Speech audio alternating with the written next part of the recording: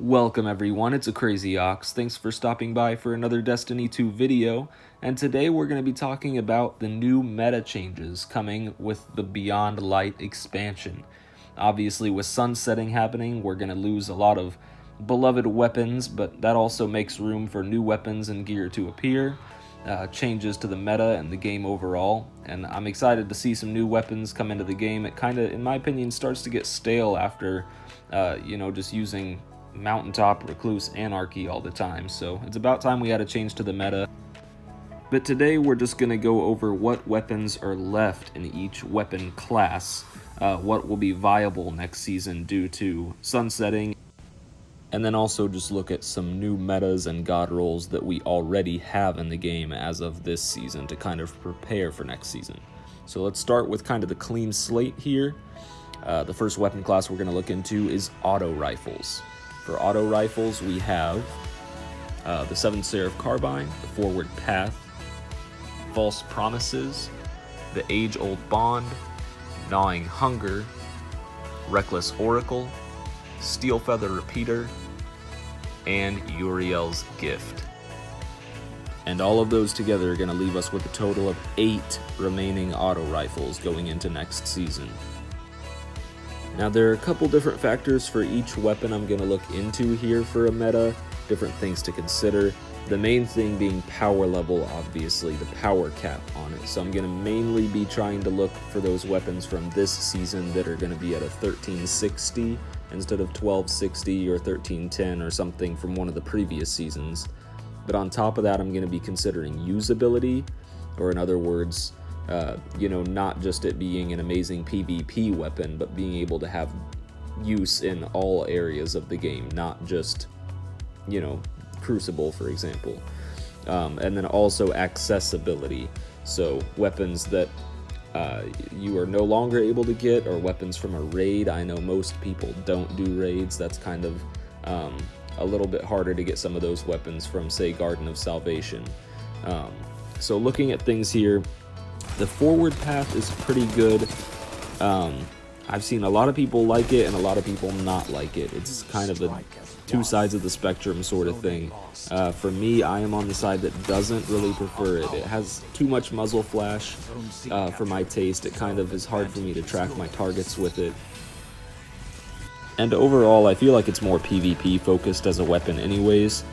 False Promises is also really good. You can see me using it here in Altars of Sorrow. It's got a really good roll where it can get dynamic sway reduction and ricochet rounds and all this, which is what I have on my gun right now that I'm using. And so that allows it to hit some pretty good range, which is also very good in PvP, obviously, for having a rangy auto rifle where you can outrange your opponents and catch them off guard. But again, it's definitely not top tier. Speaking of top tier, though, I think you guys already know what I'm going to pick for the meta here for this season at least. It's gotta be the Gnawing Hunger. Nothing else can beat it for the time being until maybe we get some new weapons and get some things changed up in Beyond Light. But it smacks in both PvP and PvE. It's got amazing rolls for both. It's completely accessible right now with the Umbral Ingrams, very easy to obtain, and it's from this season, so on top of all of that, it's a 1360 power cap, which means it's going to be able to be used for a pretty long time. There are a lot of amazing rolls you can get on this weapon, a lot of perks that can roll with it that are incredible, but the one I would recommend is what I have on mine, which would be Corkscrew Rifling, Appended Mag, Tap the Trigger, with either Rampage or Multi-Kill Clip. I got lucky enough to have an option for both, but if you can't get those final two, I would maybe try and go for Subsistence and Demolition, or Subsistence and Rampage, something along those lines. But I'm going to put Gnawing Hunger at the top tier, going to put Gnawing Hunger at the meta for auto rifles for this season at least, and we're going to move on to the next section, which is Scouts. The remaining scout rifles we have left coming up next season is Talons of the Eagle, Transfiguration, Night Watch, the Scholar, and the Patron of Lost Causes. Now, scout rifles aren't in the meta right now, so I'm gonna withhold from saying that, but due to accessibility and power, again, I'm gonna go with the Night Watch because of the Umbral Ingrams and the fact that it's from this season, it's easy to get, It's high power and it'll stay that way for a while. But here is the perk rolls that are possible with it. For a PvE roll at least, I'm going to say you should probably go with Fluted Barrel, Appended Mag, Rapid Hit, and Multi-Kill Clip. This is going to let you shred through ads. Even if it's not necessarily meta, it would be your best bet to bring with you into the next season. Alright, on to the next section, we're going to go over Pulse Rifles. As far as our options go here, we have the Chattering Bone, Last Perdition, Sacred Provenance, Cold Denial, Infinite Paths 8, and the Geon 7. Now, the Geon 7 is great, the Chattering Bone is fantastic, and it's from The Last Wish, so it would be at 1360. But if you've paid attention this season, you know the Cold Denial is where it's at, and that's what I'm going to have to go with on the meta. And then for the Chattering Bone, I would shoot for that classic Outlaw Rampage. However, for the Cold Denial, you're going to be looking for that very difficult to get Feeding Frenzy Multi-Kill Clip roll right there. And that's going to let you absolutely tear through ads. And now it's time to move on to every PC player's favorite part, the hand cannons. There's actually quite a few hand cannons we have moving on into next season. It's going to be the Nation of Beasts, Cremiel's Dagger, Ancient Gospel, Jack Queen King 3, the Old Fashioned, the 7th Seraph Revolver, Dire Promise, True Prophecy, and the Ikelos V2. Oh, and Nature of the Beast as well, not to be confused with Nation of the Beasts from Last Wish. So for my main option on this, I'm going to say the Ikelos hand cannon just because it's newer, so it would have the higher power cap. I would recommend doing something like maybe Subsistence and Rampage for the roll with some sort of Warmind Cell build. Or if you don't like the Ikelos hand cannon, which to be honest I really don't, I would go for Dire Promise with Overflow and Rangefinder, or possibly Jack Queen King 3 with Demolition and Rampage. Alright, moving along here onto the submachine guns. A little bit of controversy here because everybody's kind of trying to find that new Recluse for when the Recluse gets knocked off of its throne. But let's go over the options here. There are only 4 options to choose between. You've got the 7th Seraph submachine gun, the Escape Velocity, the Ikelos submachine gun V2, and the Death Adder.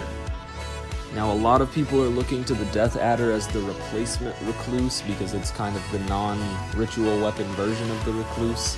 But let me tell you, I definitely agree. I don't like 7th Seraph SMG, I don't like Escape Velocity. Ikelos is okay, but mainly just because it can be paired with Warmind Cell builds. The Death Adder, if you're going for the overall feel of the Recluse especially, and you're wanting that familiarity, I would definitely go with it. It's got similar stats and everything. I got mine with Subsistence and Rangefinder, which definitely helps with the recoil, especially if you throw a counterbalance stock on. It has been definitely been my ad clear choice to replace the Recluse a little bit here. I'm trying to get used to it for sure before we get into the next season, but I would highly recommend going for a Subsistence Rangefinder roll, maybe something similar to that on the Death Adder going into next season. Now on to the sidearms. Our options are the Breachlight, the Last Dance, the Traveler's Judgment 5, the Buzzard, the Last Hope, Enigma's Draw, 7th Seraph sidearm, and the Fool's Remedy. So let's be real. The Fool's Remedy, it's trash.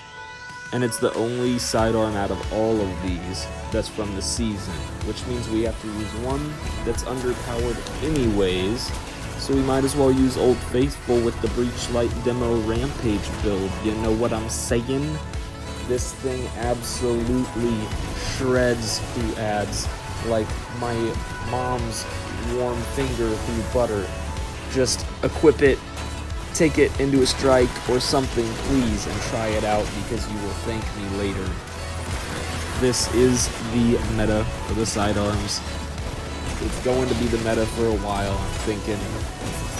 Deal with it. Alright, and for bows, we have Point of the Stag, Arsenic Bite, we have the Whispering Slab, Tyranny of Heaven, and Accrued Redemption. Now, if I have to make a recommendation here, I'm gonna say Tyranny of Heaven with Archer's Tempo and Rampage would do you okay, but I'll tell you what'll do you better is the Trinity Ghoul with the Catalyst. It is so incredible. If you haven't seen it, you're severely missing out, and you need to give it a go. If you can't get it, use Tyranny of Heaven, but I mean, this thing is an ad-clearing monster. Alrighty, next up on the list is Shoddies. We've got Astral Horizons, Toil and Trouble, Prophet of Doom, Perfect Paradox, Python, Hawthorne's Field Forged Shotgun, 7th Seraph CQC, Felwinter's Lie, First In Last Out, and the Ikelos Shotgun V2. Here I would try and get a lead from the gold trench barrel roll on your Ikelos shotgun, and then just keep in mind Felwinter's is amazing in PvP. For grenade launchers here, you're only going to have 3 options going into next season. It's going to be Orwing's Maul, Martyr's Retribution, and Truth Teller. I would try and bring along a Martyr's Retribution for ad clear, and maybe a Truth Teller with spike grenades and velocity. If you can get a good roll on that, it will kind of be a little bit of a replacement mountaintop. Alright, so for fusion rifles, we have Hollow Word, Timeline's Vertex, Exile's Curse, Elotha FR4, Gallant Charge, Zealot's Reward, Techian Force, and the main ingredient. Now, out of these, the only ones you can hit 1360 with are going to be the Zealot's Reward, Techian Force, main ingredient, and Hollow Words. I recommend Hollow Words and the main ingredient. The main ingredient is my lesser of the two as far as their performance in PvP. I think the main ingredient is maybe more of a PvE, where Hollow Words has more luck in PvP. With the main ingredient, I would go for Snapshot Rangefinder, which is what I was using in that clip. And for the Hollow Words, if you're using it PvP especially, I would try and get Quick Draw with Vorpal Weapon. Alright, for snipers, we have the Widow's Bite, the Ikelos V2, the Distant Tumulus, Trophy Hunter, Omniscient Eye, Supremacy, Bite of the Fox, Eye of Soul, and the Long Shadow. Out of these choices, my picks would be the Ikelos Sniper V2, the Bite of the Fox, and the Supremacy if you can run the Last Wish, but either of the other two will work because I understand that not everybody does raids, obviously. The one I just used in that clip was the Ikelos V2 God Roll with 4th times the Charm and High Impact Reserves. Now this one is fantastic to use for PvE because it's just constantly like reloading for you pretty much. But also you can get Supremacy with triple tap, and it'll pretty much do the same thing. The other option with Bite of the Fox, that would be more of a PvP option, and on my God Roll I have Snapshot Sights with Opening Shot, which is very good to get down, ADS quickly in those moments when you need it in the Crucible. Alright, the sword options moving into next season. We have Honor's Edge, Negative Space, Steel Sibyl, Temptation's Hook, and Falling Guillotine, which brings us to only 5 options for swords. And the Falling Guillotine, of course, would be my main one for now, but if you haven't heard, it's catching a 25% damage nerf next season, so they're burying the Falling Guillotine, and I'll probably end up diverting to Temptation's Hook, or maybe to the Negative Space. Honestly, I would go with the Temptation's Hook on this, since it's basically a legendary version of the Black Talon and gives you that ranged heavy attack that chains lightning. It's pretty insane for a legendary sword, so I'll take that since they're burying my Falling Guillotine. Alright, moving into grenade launchers, we have Behringer's Memory, Interference, and Outrageous Fortune. Here, I would probably go for a Behringer's Memory if I were you.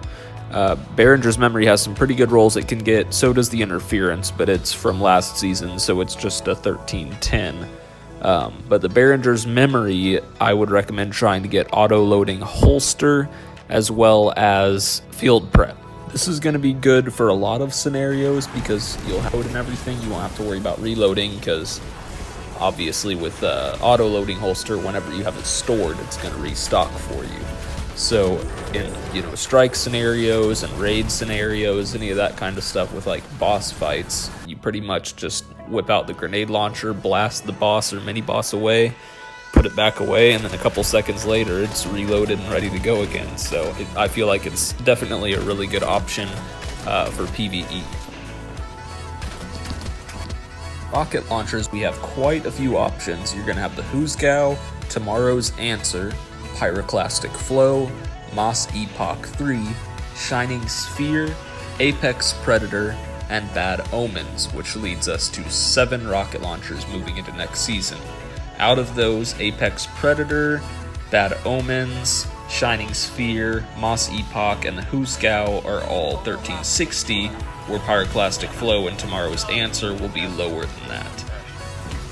Here, I would try and go for a Bad Omens with Tracking Module and Cluster Bomb, which is a good combo for both PvE and PvP. You hopefully want to try and get it with a good amount of velocity to the missile with that tracking module so that it can't be dodged, but at the same time you don't want to sacrifice too much blast radius, so just keep that in mind.